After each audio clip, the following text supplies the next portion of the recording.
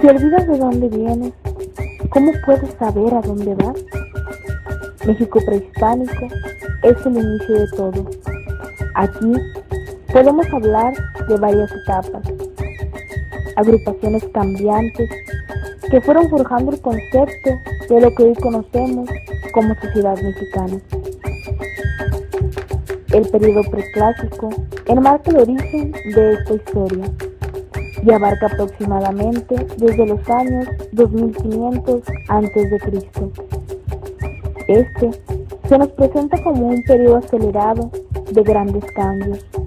Los grupos que conocían ya la agricultura experimentaban transformaciones sucesivas y cada vez más importantes. La cultura que más destacó en esta época fue la cultura olmeca, también conocida como los habitantes del país de Hule. Estos se situaron en el sur de Veracruz y oeste de Tabasco.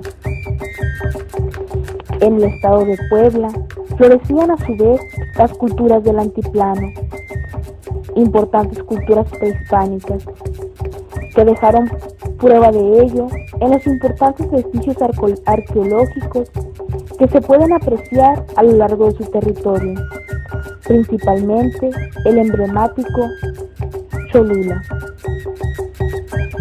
Después vino el periodo clásico, que estuvo marcado por el apogeo teotihuacano y concluyó con las migraciones náhuatl y el establecimiento de centros regionales en el Valle de México. Se divide en dos periodos, el clásico temprano y el clásico tardío. La cultura que más destacó fue la cultura maya. Los avances culturales, como la escritura, epigrafía y el calendario, fueron plenamente desarrollados por esta civilización que habitaba en el sur de México.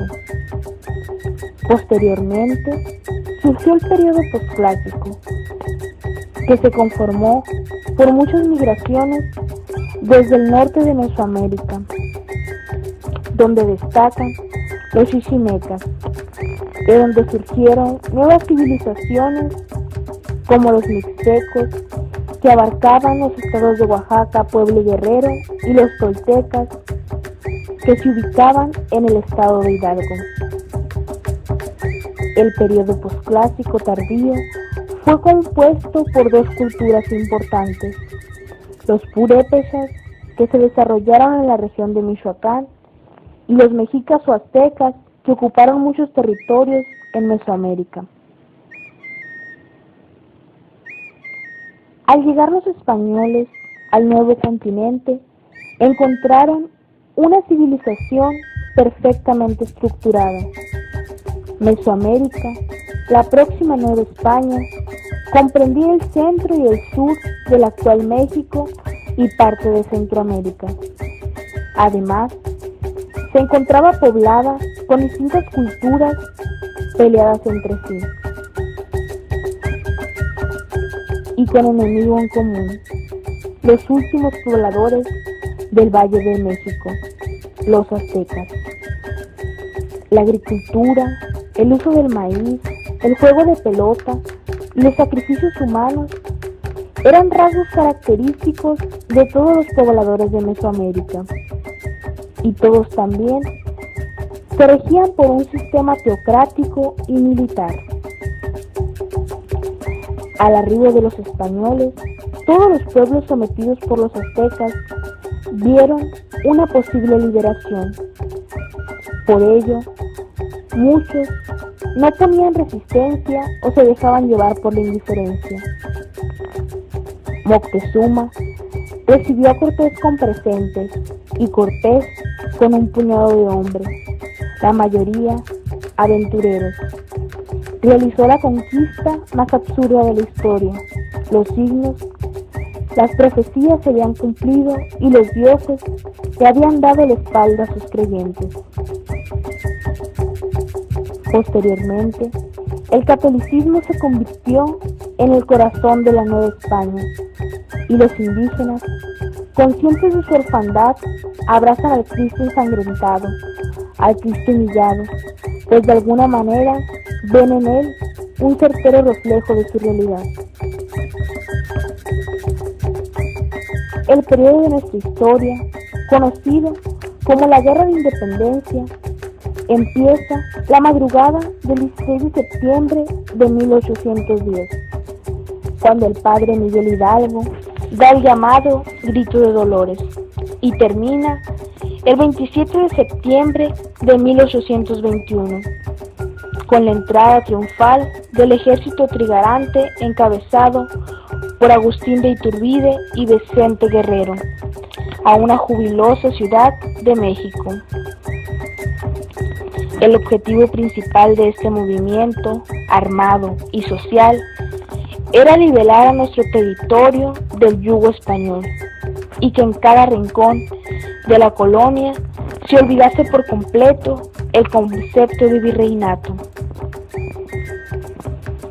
Después de la guerra, con Estados Unidos y la pérdida de medio territorio nacional, el país quedó en una mala situación, pues se encontraba al borde de la ruina, destrozado por la guerra y los gastos que acarreó, endrogado con Inglaterra y Francia.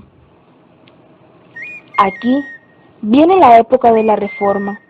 La estructura social no cambió a pesar de la larga lucha de independencia y la guerra civil en la que se encontraba el país. La posición de las clases sociales después de la independencia se arraigó aún más.